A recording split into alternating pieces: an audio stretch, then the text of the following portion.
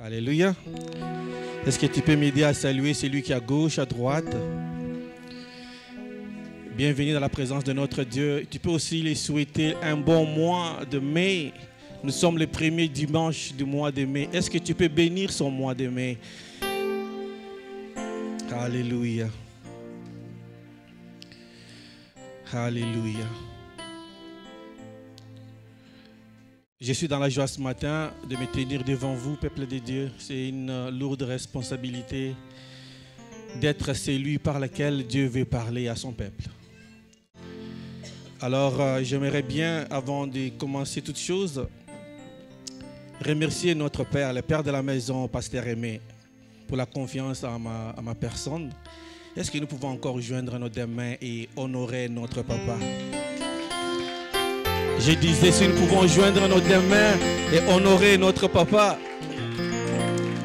Un grand merci aussi à l'Église Méode pour le soutien que vous me démontrez toujours.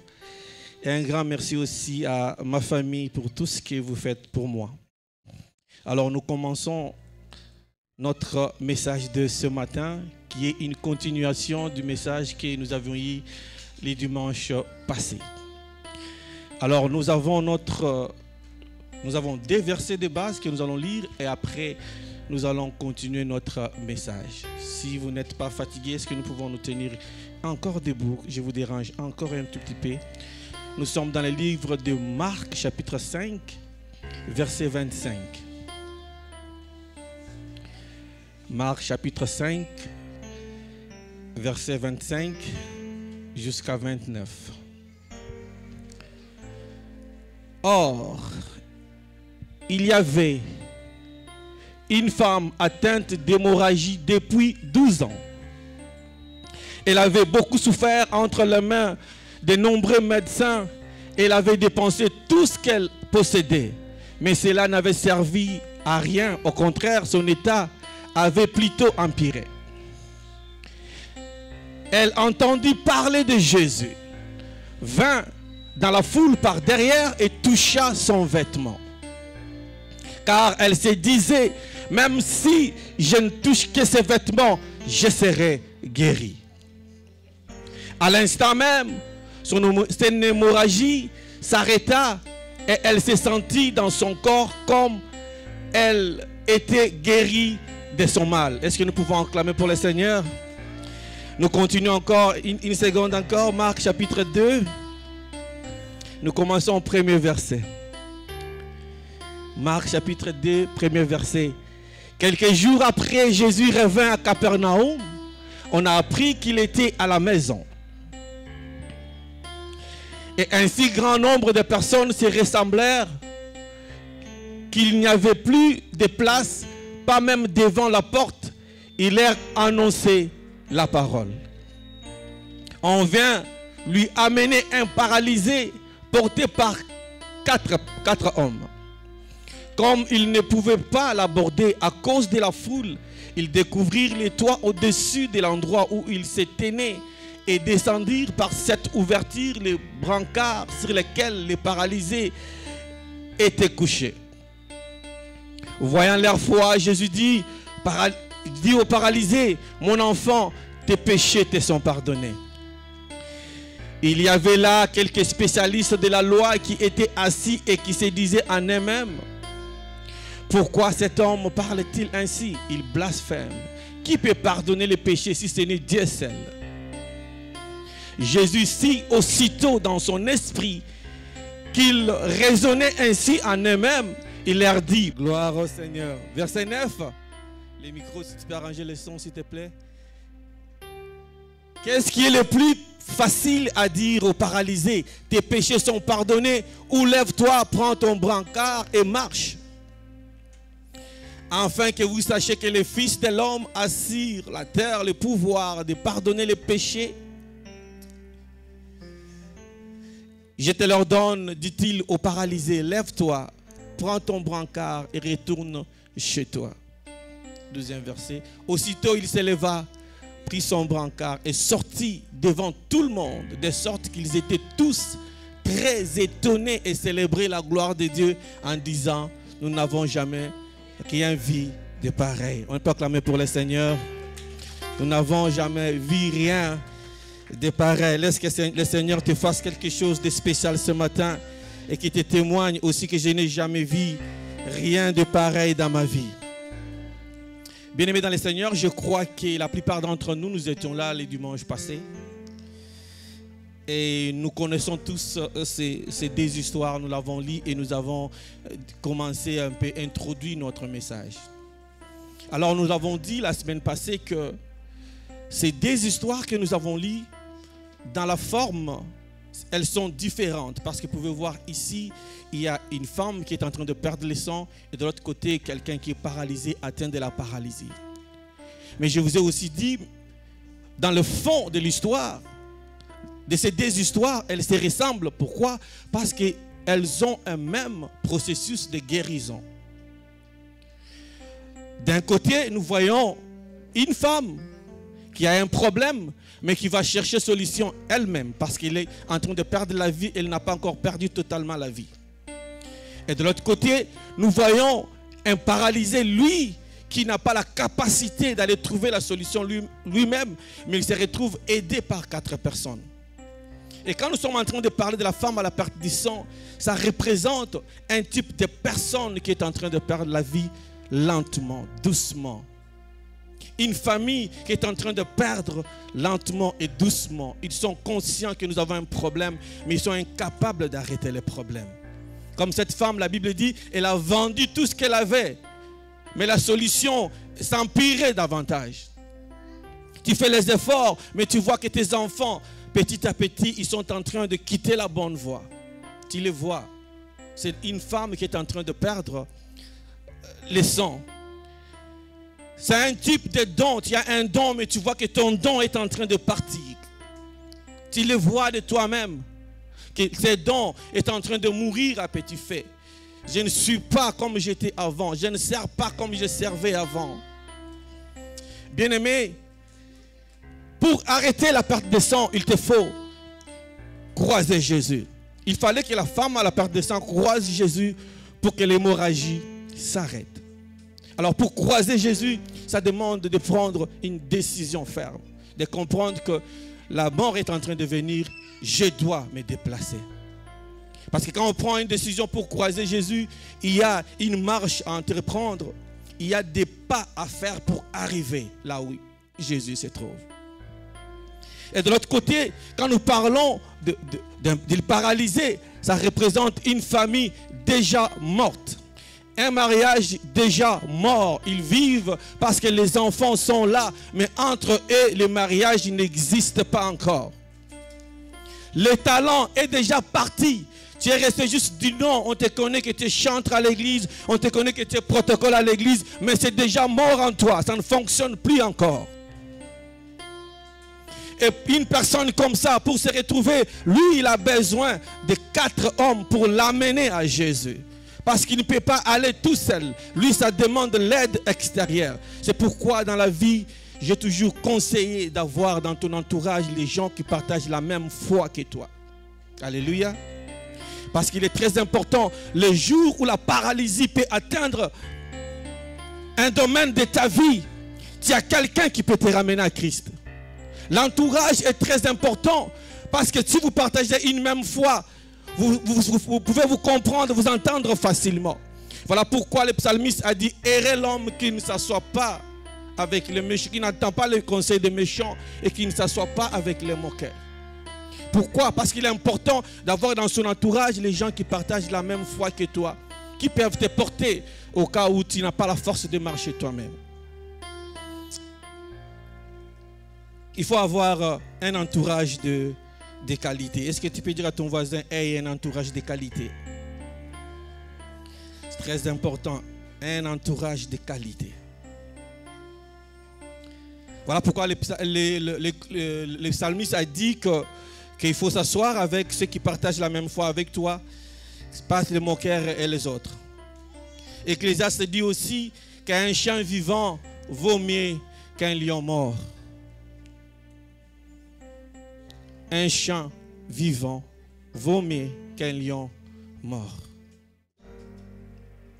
Quand tu es déjà mort, même Si tu étais fort, comment? Tu ne vas rien faire. Un lion mort devant un chien vivant, ça ne représente rien. Alors, il est important, quand il y a encore la force, quand il y a encore un lion en vie, d'avoir un entourage très important qui peut t'aider au cas où il y a un naufrage. Alors, bien-aimés dans le Seigneur, nous avons compris que les 4 hommes qui ont aidé notre paralytique, nous les avons nommés comme étant les 4 piliers de la vie. Les 4 piliers qui peuvent t'amener à la solution. Parce que la Bible dit qu'il y a eu une foule qui a un nombre de gens qui ont amené un paralysé devant Jésus, mais porté par 4 personnes. La Bible a dit qu'il y avait un groupe de gens qui sont venus avec les paralytiques, mais il y avait 4 qui les portaient. Mais c'était un groupe qui venait. Alléluia. C'est pourquoi la fois passée, j'ai dit qu'il y a plusieurs ressources que tu peux avoir, mais nous allons parler des 4 parce que c'est les 4 qui l'ont vraiment tenu, qui tenaient les brancards pour l'amener vers Jésus. Et nous avons dit que le pilier, c'est un soutien. Le pilier, c'est l'aide que tu as besoin. Le pilier, c'est l'assistance que tu as besoin pour la vie. Alors, bien-aimés dans le Seigneur, pour trouver l'élévation dans la vie, pour les succès que nous avons besoin, l'élévation que nous avons besoin, la percée que nous avons besoin des 4 piliers plus importants qui peuvent nous aider. Et les 4 piliers là, nous allons les nommer ce matin, hein, Brian. Nous avons la vision, nous avons la foi, nous avons la détermination et nous avons les potentiels. Comme nous avons le dessin qui est devant nous. Donc, pour atteindre ta vision, pour atteindre ta mission, atteindre ton objectif ou réussir dans la vie, il te faut escalader 4 marches de l'escalier. Il te faut monter la vision parce que c'est la lumière, c'est la première des choses. Tu ne peux pas avancer sans vision. Alors, si tu as la vision, une fois ferme et la détermination, ajouter les potentiels, là, ton succès est garanti. Si tu manques ça, bien-aimé, tu auras beaucoup de difficultés à atteindre ce que tu as besoin. Pourquoi nous avons dit ça? Nous l'avons dit parce que la vision, c'est l'image de ce que nous sommes appelés à devenir. Nous avons défini la vision comme étant l'image de ce que nous sommes appelés à devenir, Brian. La vision, c'est l'image de ton futur, mais au présent. La vision, ce n'est pas ce que tu vas devenir, mais tu ne l'es pas encore devenu. Comme nous l'avons écrit, la vision, c'est l'image de ce que nous sommes appelés à devenir. Tu te dis, moi, je suis appelé à devenir médecin. Mais tu n'es pas encore médecin, tu travailles pour devenir médecin. Alléluia. Pourquoi nous disons, c'est là la vision, c'est la lumière de la vie. La vision, je disais, c'est la lumière de la vie. La vision est comme l'œil. Et l'œil, c'est la lampe du corps. Quand tu ne vois pas, tu es dans l'obscurité. Quand tu n'as pas la vision, tu n'as pas de position. Comme ce matin, pour venir ici, tu t'es dit que je partais à l'église Méode. C'est-à-dire que tu as un objectif, tu sais là où tu t'en vas. Et comme tu sais là où tu t'en vas, tu sais comment y aller. Si tu n'avais pas cette vision, ou l'idée et l'objectif de venir ici, tu n'allais pas te retrouver ici ce matin. Alléluia. Voilà pourquoi notre Dieu, la Bible dit au commencement, quand Dieu créa les cieux et la terre était en forme vide, il y avait les ténèbres qui planaient au-dessus de l'abîme. Et la première des choses, les premiers jours, Dieu a créé, il a dit que la lumière soit et la lumière. Que la lumière fît et la lumière, que la lumière soit et que la lumière fît. Alors, qu'est-ce que je veux dire par là? Dieu a commencé par la lumière parce qu'il fallait qu'il y ait la lumière pour faire toutes choses. Et Christ dit que je suis la lumière du monde. Celui qui n'a pas la lumière, il est dans les ténèbres. Et celui qui est dans les ténèbres ne peut pas se diriger. Quand nous sommes chez nous à la maison, nous rentrons. Le premier réflexe, c'est de mettre ta main gauche et allumer la lumière. Pourquoi? Parce que tu veux te rassurer que je me dirige dans la bonne direction, mes pas sont corrects. Donc si tu n'as pas une vision de la vie, bien-aimé, je ne sais pas par où tu vas commencer. Parce que la vision, c'est le commencement de toute chose. La vision, c'est ça même la lumière qu'il te faut. Alléluia. Et nous avons dit le dimanche passé que celui qui a la vision, c'est un visionnaire. Et un visionnaire, ça lui demande plusieurs qualités qu'il faut avoir pour se dire que je suis visionnaire. Un visionnaire doit être quelqu'un qui est clairvoyant, nous l'avons dit, c'est lui qui voit loin. Pourquoi nous disons cela? Parce que la Bible nous dit dans Joël qu'au dernier jour, l'Éternel a dit, je répandrai de mon esprit sur toute chair. La vision, il a dit, vos jeunes auront des visions. La vision, c'est notre droit.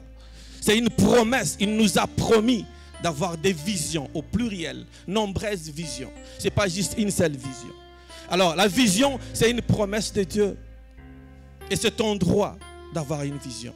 Ce n'est pas une erreur de visionner ou une erreur de concevoir quelque chose. Une erreur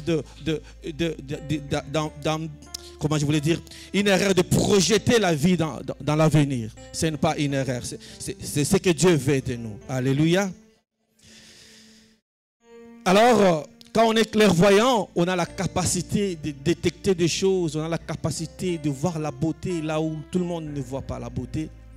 Quand on est clairvoyant, on a la beauté de voir la capacité de voir les dons là où plusieurs ne voient pas les dons. Un visionnaire, quand il rentre ici, il peut voir ce que toi, tu ne peux pas voir.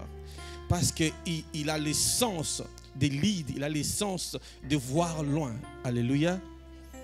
Donc, quand tu es visionnaire, bien-aimé, tu es appelé à voir, pas, à décider pas pour aujourd'hui, mais décider pour les jours à venir. Décider pour ce qui viendra après.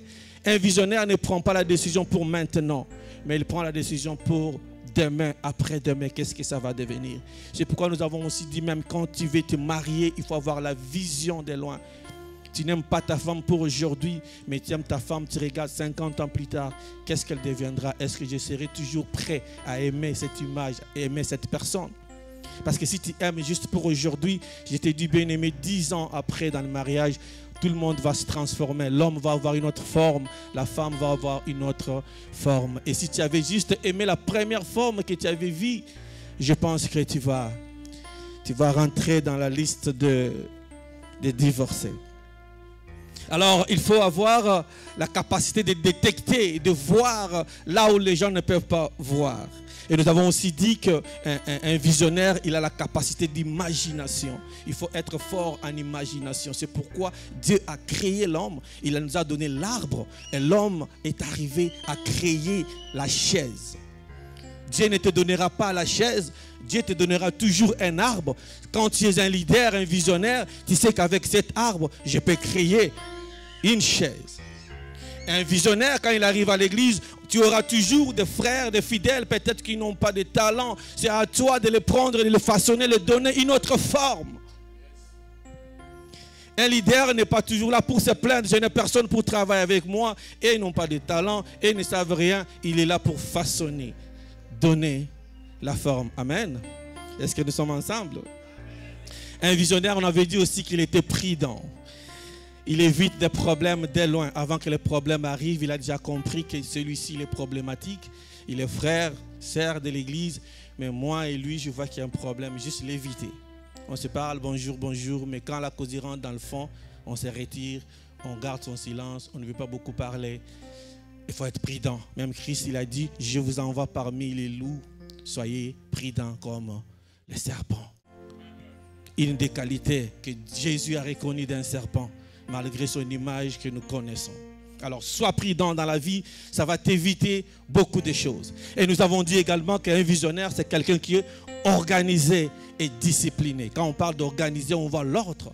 Et la discipline, on voit le respect des principes. Tu dois te poser la question, qu'est-ce que je fais? Quand je fais? Comment je dois le faire? Avec qui je dois le faire? Et pourquoi je dois le faire?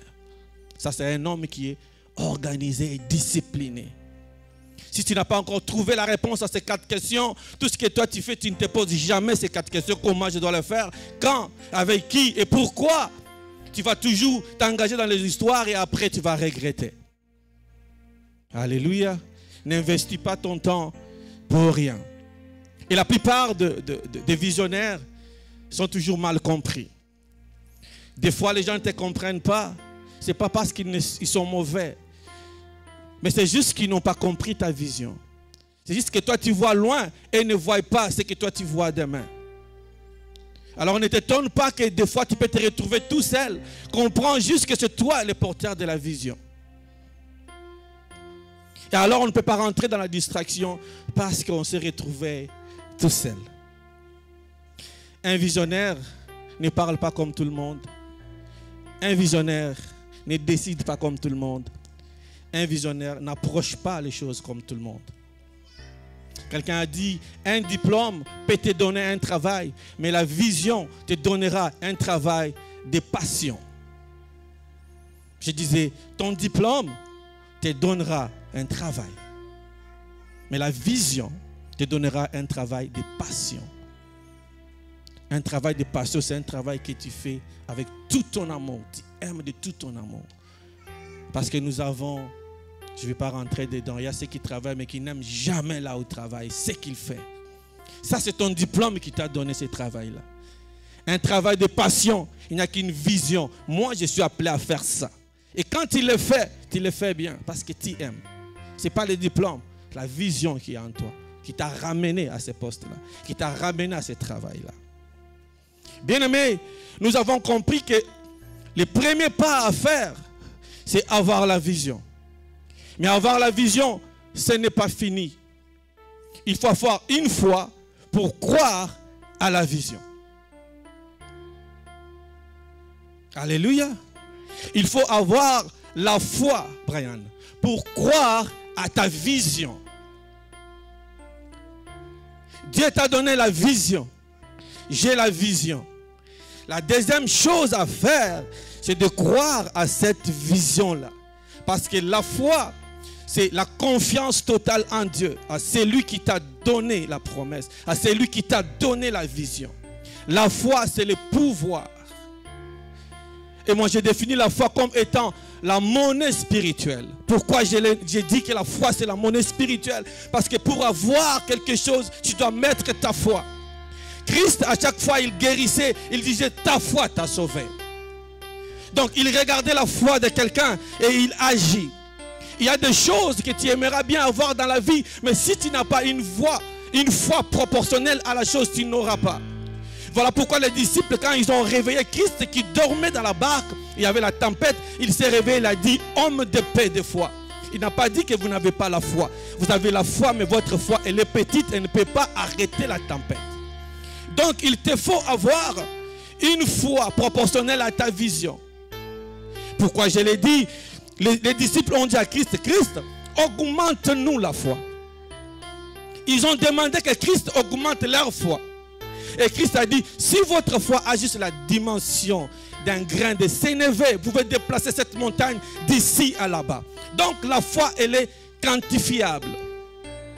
Nous pouvons déduire que la foi, il y a une petite foi et une grande foi.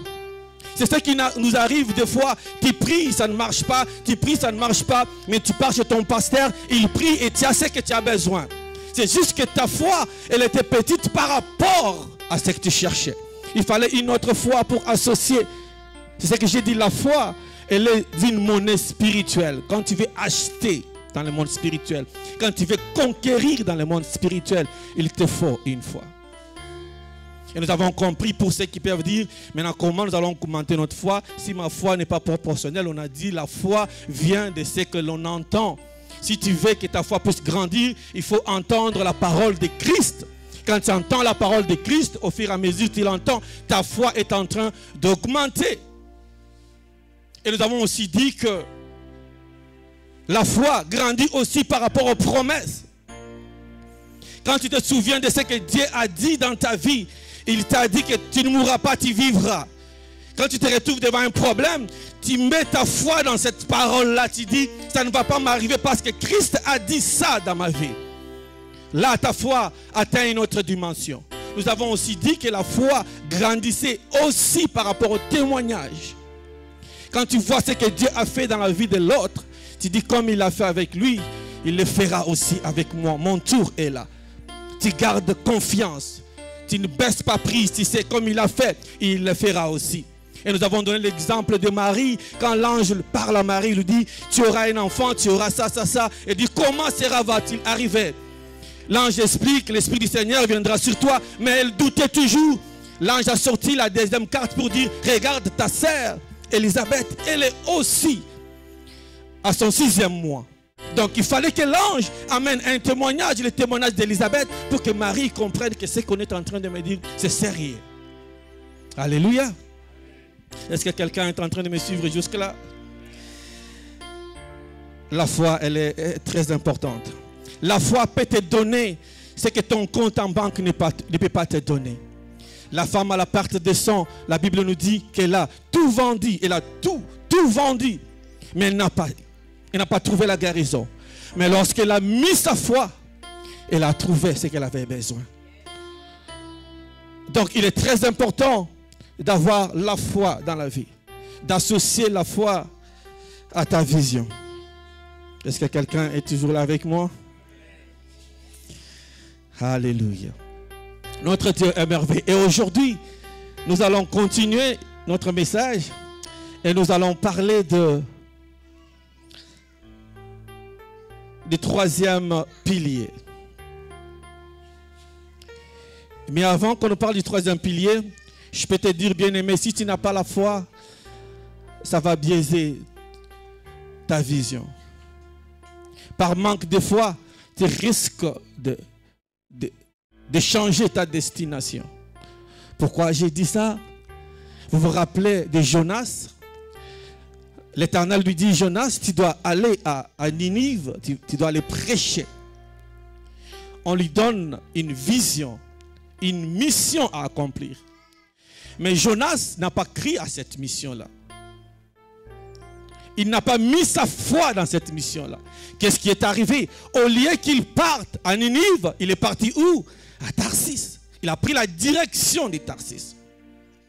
À chaque fois que nous ne mettons pas la foi à la vision que Dieu nous a donnée, à la mission que Dieu nous a donnée, nous risquons de changer de destination. Nous risquons de changer de destination. Et quand nous changeons de destination, il y a des dégâts. Vous savez, en route vers Tarsis, il y a eu beaucoup de pertes dans le bateau. On a jeté beaucoup de choses. Il a premièrement changé les trajectoires. Deuxièmement, il y a eu beaucoup de pertes dans le bateau là où il s'est retrouvé. Aujourd'hui, plusieurs n'ont pas cru à leur mission. Tu es venu dans ce pays, tu avais une vision avec Dieu. Tu arrives ici, tu ne crois plus encore à ta vision. Tu as changé ta destination. Aujourd'hui, nous avons des mariages Tarsis, alors que c'était des mariages qui devaient être Ninive. Nous avons des enfants Tarsis qui sont nés parce qu'on n'a pas suivi la vision que Dieu nous avait donnée. Aujourd'hui, nous avons des talents Tarsis. Dieu t'a appelé à servir ici. Toi, tu dis, je vais aller servir là-bas. Moi, je t'appelle à Ninive, mais comme toi, tu ne crois pas à ce que moi, je t'ai dit, toi, tu veux aller à Tarsis. Ton talent devrait être un talent Ninive. Maintenant, c'est un talent Tarsis. Dis avec moi, un talent Tarsis. Un mariage Tarsis. Un mariage Tarsis, c'est un mariage qui n'était pas dans la vision de Dieu. Tu t'es marié parce que mes amis se marient, je dois aussi me marier. Parce que cet homme, il est beau, il a ça, je me marie. Est-ce que c'est dans la vision de Dieu? Est-ce que c'était ça la vision de Dieu? La jeunesse aujourd'hui part à l'université parce que mon ami fait cette faculté. Moi aussi, je dois le faire. Ça, c'est une faculté Tarsis. Ce n'était pas ça la destination de Dieu. Il y aura beaucoup de pertes, je te garantis. Il y aura des pertes. Des fiancés Tarsis, merci pasteur. Il y aura des fiancés Tarsis. Et les résultats de la direction de Tarsis, c'est une perte de temps, une perte de marchandises. Et tu vas te retrouver aussi dans la gueule du grand poisson. Alors évitons de créer des enfants Tarsis. Évitons de créer des choses Tarsis. C'est un grand problème pour les régler.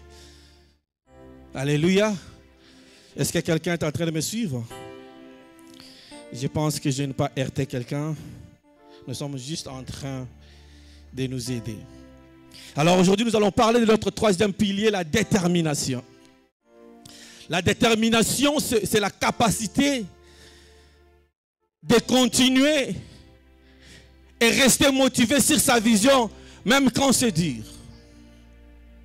Pourquoi je l'ai dit?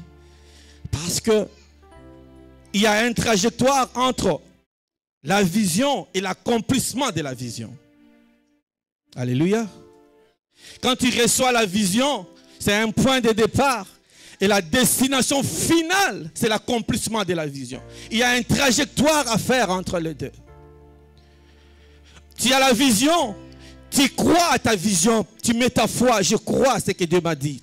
Maintenant, il te faut la détermination de rester focalisé sur cette vision, de marcher jusqu'à l'accomplissement, quelles que soient les conséquences, quelles que soient les difficultés, quel que soit tout ce que tu vas rencontrer. Alléluia. La détermination, elle vient quand on a une vision claire de ce qu'on veut. On a une foi ferme, on devient déterminé. Un homme déterminé, il sait ce qu'il a besoin. Il n'est pas distrait. Quand il arrive, il sait comment envoyer, va chercher quelqu'un qui a porté une veste rouge. Quand il vient, ses yeux ne sont pas sur jaune, bleu. Il regarde ce qui est rouge. Il vient, monsieur, c'est toi qu'on appelle. Mais si on te dit, va juste nous appeler quelqu'un qui a porté une veste, tu viens ici, tu vas trouver les vestes de toutes les couleurs. Comme tu n'as pas une vision claire, tu vas commencer à te retourner. Mais je vois, il y a plusieurs couleurs. C'est quelle veste que j'ai dit, amène-moi quelqu'un. La vision n'est pas claire. Mais quand la vision elle est claire, et tu crois à ce qu'on t'a dit, tu viens directement à la veste rouge, tu dis, c'est la bonne personne que je suis en train de chercher. Donc vous comprendrez avec moi qu'il est très important d'avoir la détermination. Nous allons lire dans Josué chapitre 1, premier verset. Je vais le livre Louis II, s'il te plaît. Après la mort de Moïse, le serviteur de l'Éternel, l'Éternel dit à Josué, fils de Nun et assistant de Moïse, mon serviteur Moïse est mort, maintenant lève-toi, passe les Jourdains avec tous ces peuples pour entrer dans le pays que je donne aux Israélites. Pause. Ici, c'est la vision. Il dit à Josué, lève-toi, passe les Jourdains avec tous ces peuples pour entrer dans le pays que je donne aux Israélites. Ça, c'est la vision qu'on les donne. On peut continuer? Tout lieu que foulera la plante de votre pied, je vous le donne comme je l'ai dit à Moïse. On continue. Votre territoire ira depuis le désert et le Liban jusqu'au grand fleuve, jusqu'à l'Euphrate, tous les peuples des Hittites et jusqu'à la mer méditerranéenne, vers le soleil couchant. Personne ne pourra te résister tant que tu vivras. Je serai avec toi comme j'étais avec Moïse. Je ne te délaisserai pas et je ne t'abandonnerai pas. Fortifie-toi et prends courage. Car c'est toi qui mettras ces peuples en possession du pays que je jurerai à leur ancêtre de leur donner. Brian, on peut s'arrêter là. Vous voyez ici, si nous pouvons comprendre ce texte, le texte a commencé par la vision claire que Dieu donne à Josué. Il lui dit qu'il doit passer devant et amener le peuple dans la terre que Dieu les a promis. Et après, il commence à dire des paroles. Tout lieu que tu fouleras, je ne te laisserai pas, je ne ferai pas. Ça, c'est ce que nous avons parlé de la foi. Il veut susciter la foi en lui pour qu'il puisse croire. Nous avons dit que la foi venait de la promesse. Elle s'augmentait de la promesse de Dieu. Il est en train de promettre des choses. À Josué, il dit, tu peux retourner en arrière un peu, Brian, rapidement, 5. Non, 4. Ah non, c'est 5. Personne ne pourra te résister tant que tu vivras. Je serai avec toi comme j'étais avec Moïse. Ça, c'est un témoignage. Donc, n'aie pas peur. ce que j'ai fait avec Moïse, je le ferai aussi avec toi. Là, il est en train de mettre sa foi en place pour qu'il puisse croire fortement à cette vision. Ce que Dieu me dit finira par s'accomplir certainement. Parce que nous avons dit quand on a une vision, on doit avoir la foi à cette vision. Et c'est ce que Dieu est en train de faire exactement. Et après le verset 6, il dit fortifie-toi et prends courage, car c'est toi qui mettras ces peuples en possession du pays que j'ai juré à leurs ancêtres de leur donner. Fortifie-toi et prends courage. Là, la détermination rentre en jeu. Après avoir dit, la mission est ceci, n'aie pas peur, je serai avec toi, il met la foi. Après, il lui dit, fortifie-toi et prends courage. Parce qu'il sait que ce n'est pas maintenant que tu as ce que je t'ai donné. Je t'ai dit, tu dois marcher. Un temps doit passer, mais pour arriver à ça, tu dois te fortifier et prendre courage. La détermination. Quand on est fortifié, on a le courage. C'est là où on parle de la détermination. Dieu ne peut pas te dire, fortifie-toi et prends courage, sans te dire en amont la vision, sans te donner en amont la vision. Tu vas te fortifier et prendre courage pour faire quoi? Si tu n'as pas la vision. On ne peut se fortifier et prendre courage que si la vision est déjà là. Et si on a la foi, on croit déjà à cette vision. Là, on doit se fortifier et prendre courage. Et quand je suis en train de parler de fortifie-toi et prends courage, je vois il y a la force et il y a le courage. Fortifie, dans fortifie, il y a la force et le courage. Donc pour avancer, il te faut la force et le courage. Les deux. Parce que si tu as la force sans le courage, tu ne vas pas avancer. La force nous donne la capacité de marcher. Parce que je suis fort. Mais le courage me donne la capacité de continuer à marcher. Tu peux être fort, mais si tu n'as pas le courage, tu ne vas pas marcher. Est-ce que quelqu'un me comprend? Donc, pour se fortifier et prendre courage, il te faut la force et le courage. Il te faut les deux. La force, seule ne suffit pas. Le courage aussi, seul ne suffit pas. Si tu as le courage, admettons, notre papa, il est là, papa Richard, il a le courage de courir ici jusqu'à Saint-Michel. Mais la force va lui manquer pour le faire.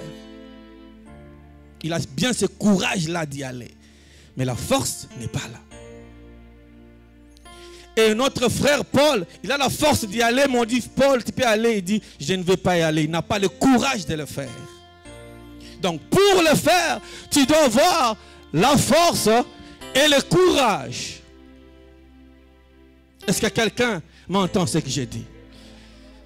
Pour marcher, il te faut la force, mais pour avancer, il te faut le courage.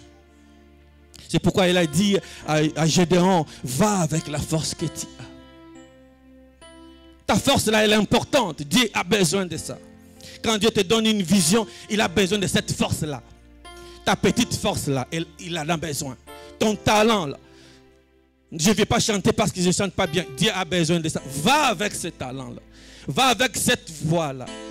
Même si tu ne sais pas, vas-y seulement. C'est ça, fortifie-toi et prends courage. Crois à ta vision. N'arrête pas parce que les autres ont arrêté. N'arrête pas l'université parce que mes amis ont arrêté. Ils commencent déjà à travailler. Moi aussi, j'arrête. Fortifie-toi et prends courage. Même s'il arrive que tu sois seul, fortifie-toi et prends courage. Il y a quelqu'un qui a compris cela. David, il a dit, même quand je marcherai dans la vallée de l'ombre de la mort, je ne crains aucun mal. Il sait que l'ombre va exister et on va marcher là-bas. Dans la vallée de l'ombre de la mort, on n'y reste pas, on ne dort pas, on marche. Et pour avancer, nous avons dit, nous avons besoin de la force et le courage pour avancer. Sans la force, sans le courage, rien ne peut marcher. Va avec l'expérience que tu as. Va avec les moyens que tu possèdes entre tes mains. Tu veux faire un business, c'est la vision que Dieu t'a donnée. Va avec les moyens que tu as. Va avec la petite intelligence que toi tu penses. Va avec.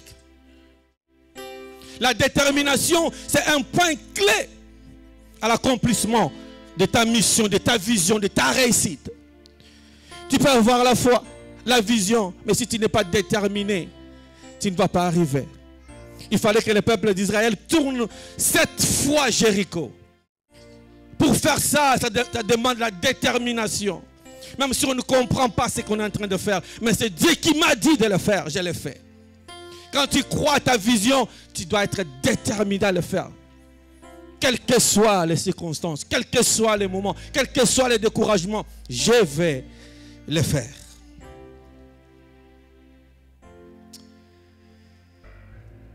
Bien-aimé, tu dois avancer même quand tu as peur. Malgré les échecs, l'abandon des autres, tu dois avancer. Reste fidèle à la vision. Parce que c'est lui qui t'a donné la vision, il est fidèle à sa parole. Il ne ment pas. Il ne trompe pas. Si la vision vient de lui, dans le vrai, ça va s'accomplir certainement. Aie juste la foi à cette vision. Et fortifie-toi. Prends courage. Ne te décourage pas. Plusieurs aujourd'hui abandonnent juste à la première résistance. Ils abandonnent, ils laissent. Je ne crois pas. J'abandonne, je laisse. Non. N'abandonne pas et ne laisse pas. La femme à la perte des sangs, la Bible nous dit qu'elle était déterminée. Elle est arrivée, il y avait une grande foule. Elle n'a pas tenu compte de la foule parce qu'elle sait ce qu'elle avait besoin. Elle est arrivée jusqu'à ce qu'elle a touché.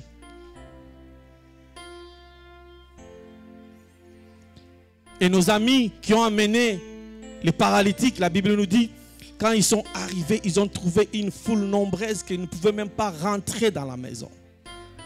Sans la détermination, ils n'allaient pas monter sur les toits. Ils allaient dire, on est arrivé, on a fait ce que l'on peut. Il y a la foule, on ne peut pas voir Jésus à l'intérieur. On est désolé, mon frère. C'est ce qui se passe souvent entre nous. Tu te donnes raison. Bon, j'ai essayé 2-3 fois, ça n'a pas réussi. Quand même, j'ai essayé. Non. Vas-y jusqu'à la fin. Vas-y jusqu'à la fin. Est-ce que tu peux acclamer pour Jésus?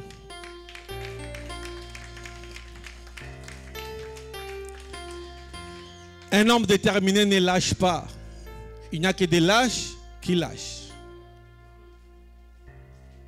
Parce qu'on ne couronne pas ceux qui ont commencé. Mais on couronne ceux qui ont commencé et terminé. Ce n'est pas parce que tu as commencé qu'on doit te donner la couronne. Non. Tu dois commencer à faire quoi? Terminer. C'est là où il y a la couronne. Ce n'est pas parce que tu as reçu une vision que c'est fini. Non. Il faut l'accomplissement de la vision. Et entre recevoir et l'accomplissement, il y a un trajet à faire. Et ce trajet te demande la foi, la détermination.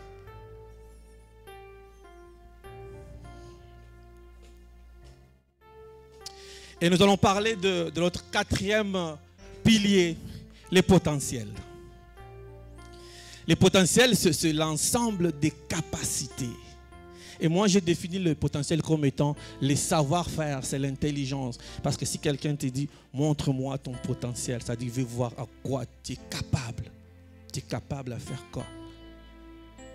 C'est ça, montre-moi ton potentiel. Qu'est-ce que toi, tu es capable à faire? Pourquoi nous disons ça? Quand on a une vision, la foi, la détermination, il faut aussi être intelligent. L'intelligence va te dire que cette vision, je peux la faire de cette manière. Comme nous avons dit, ceux qui sont arrivés, ils avaient la détermination, ils arrivent, mais ils ont compris que la porte, c'est la voie officielle pour entrer dans la maison. Mais cette voie, on ne peut pas. On peut même essayer à la fenêtre, on ne peut pas. Mais l'intelligence dit qu'on peut ouvrir aussi les toits et on peut l'atteindre à partir du toit. Ça, c'est l'intelligence. Pourquoi nous parlons de l'intelligence dans cette affaire? Nous allons lire un verset. Exode chapitre 31, le premier verset.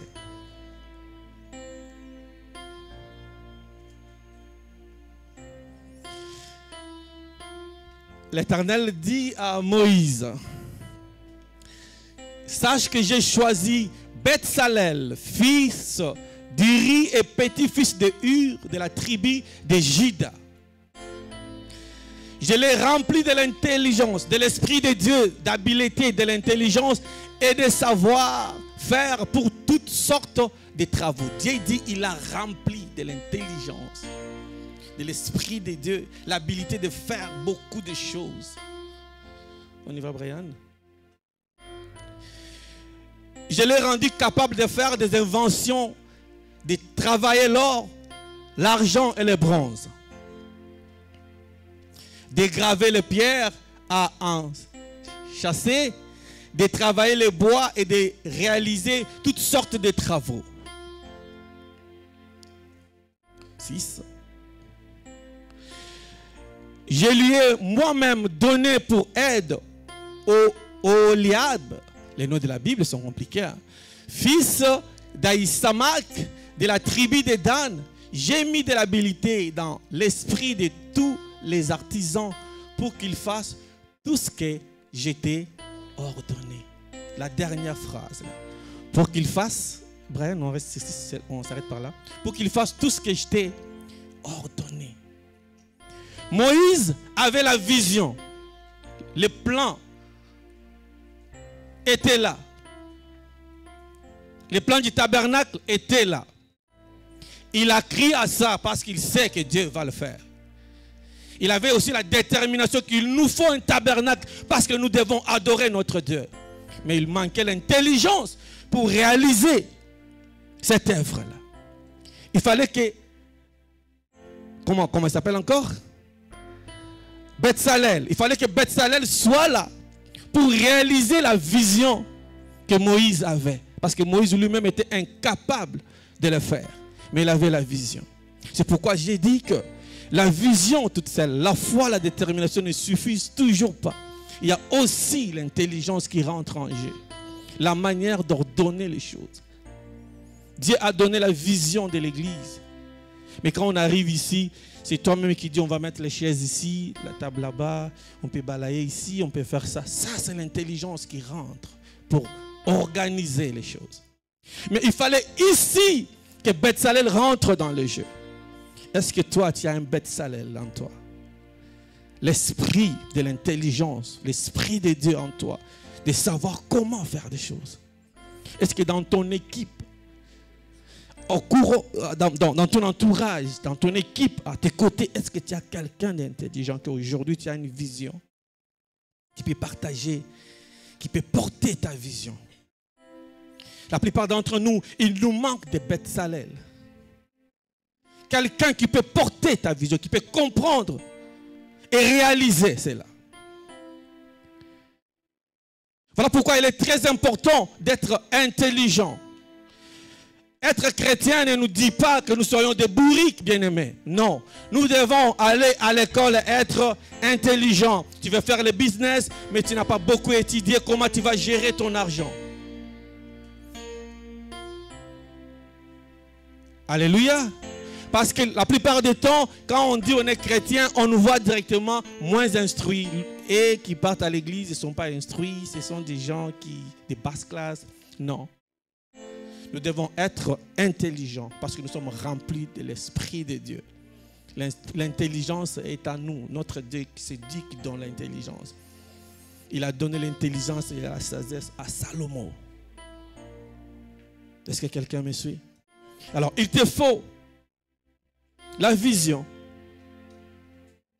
une foi ferme, une détermination et l'intelligence pour arriver à ton succès, arriver à atteindre ta mission,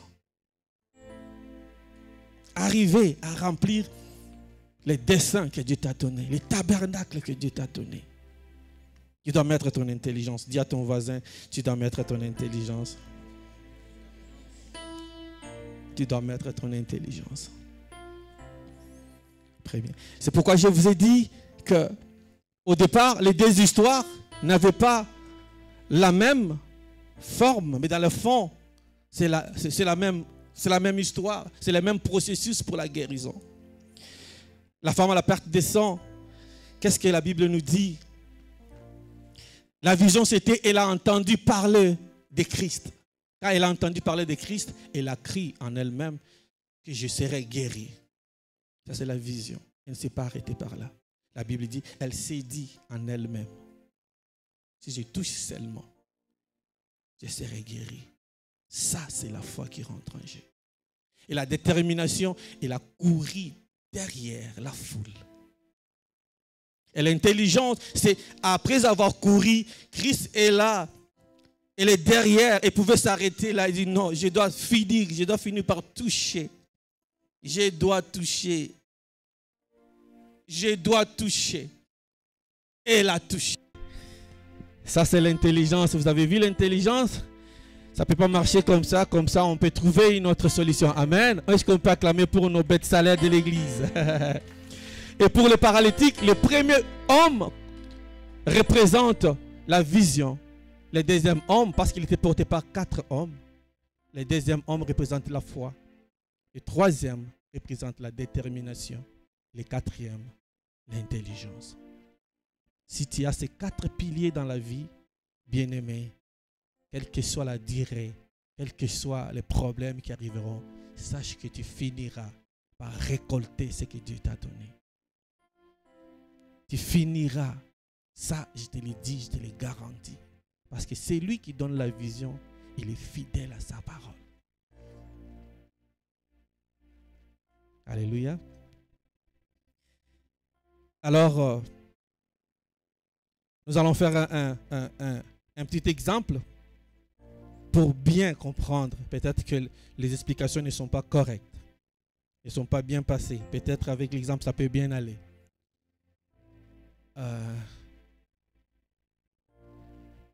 Je peux faire quoi? Ok. Ok, Jacques, viens. Notre frère Jacques, il est là. Il a la vision dans la vie de devenir un jour un pianiste. Amen. C'est ça, sa vision. Le premier pas qu'il fait dans la vie, c'est de croire à cette vision, à l'accomplissement de cette vision. Il s'est dit, cette vision que j'ai réussi, je vais l'accomplir. Il met la foi. Ça, c'est le deuxième pas qu'il a fait vers sa vision. Maintenant, arrivé au moment où il commence à apprendre le piano, des fois, c'est lui qui l'apprenait, il donne rendez-vous, il ne vient pas. Il vient au rendez-vous, il n'est pas. Il ne s'arrête pas. Il dit, moi, ma vision, c'est de jouer au piano. Des fois, il vient, le courant n'est pas là, comme en Afrique, des fois, il n'y a pas de courant. Ils n'ont pas moyen d'allumer le piano. Ils disent, on est là, mais on ne peut pas apprendre, on rentre encore chez nous. Il rentre chez lui. Là, c'est sa détermination qui est toujours là. Il n'abandonne pas. Et aujourd'hui, il finit par jouer son piano. Parce qu'il a mis son effort dedans, son intelligence dedans pour retenir tout ce qu'on l'apprenait. Et il finit par accomplir sa vision. Il devient pianiste. Aujourd'hui, il peut jouer au piano à l'église. Ce qui veut tout simplement dire que dans la vie, dans tout ce que nous avons comme vision, faisons confiance à notre Dieu. Il n'y a pas de petites et de grandes visions. Toute vision que Dieu t'a donnée, mets foi à cette vision, sois déterminé, tu finiras par voir les résultats. Est-ce qu'on peut acclamer pour Jésus? Nous allons nous tenir debout. Nous allons tenir debout, nous allons prier. Nous allons prier, nous allons prier. C'est très important, nous allons prier. Nous allons prier. Est-ce que nous pouvons nous tenir debout? Chacun de nous va prendre une forme qu'il veut. Nous allons prier. Nous allons prier. Nous allons prier. Nous allons prier. Nous allons prier. Je vais demander que nous soyons concentrés à ce moment, ce petit moment de 3-4 minutes, 5 minutes maximum de prière. Parce que Dieu veut faire quelque chose. Dieu veut changer la vie de quelqu'un ce matin parce qu'il est fidèle à ta parole.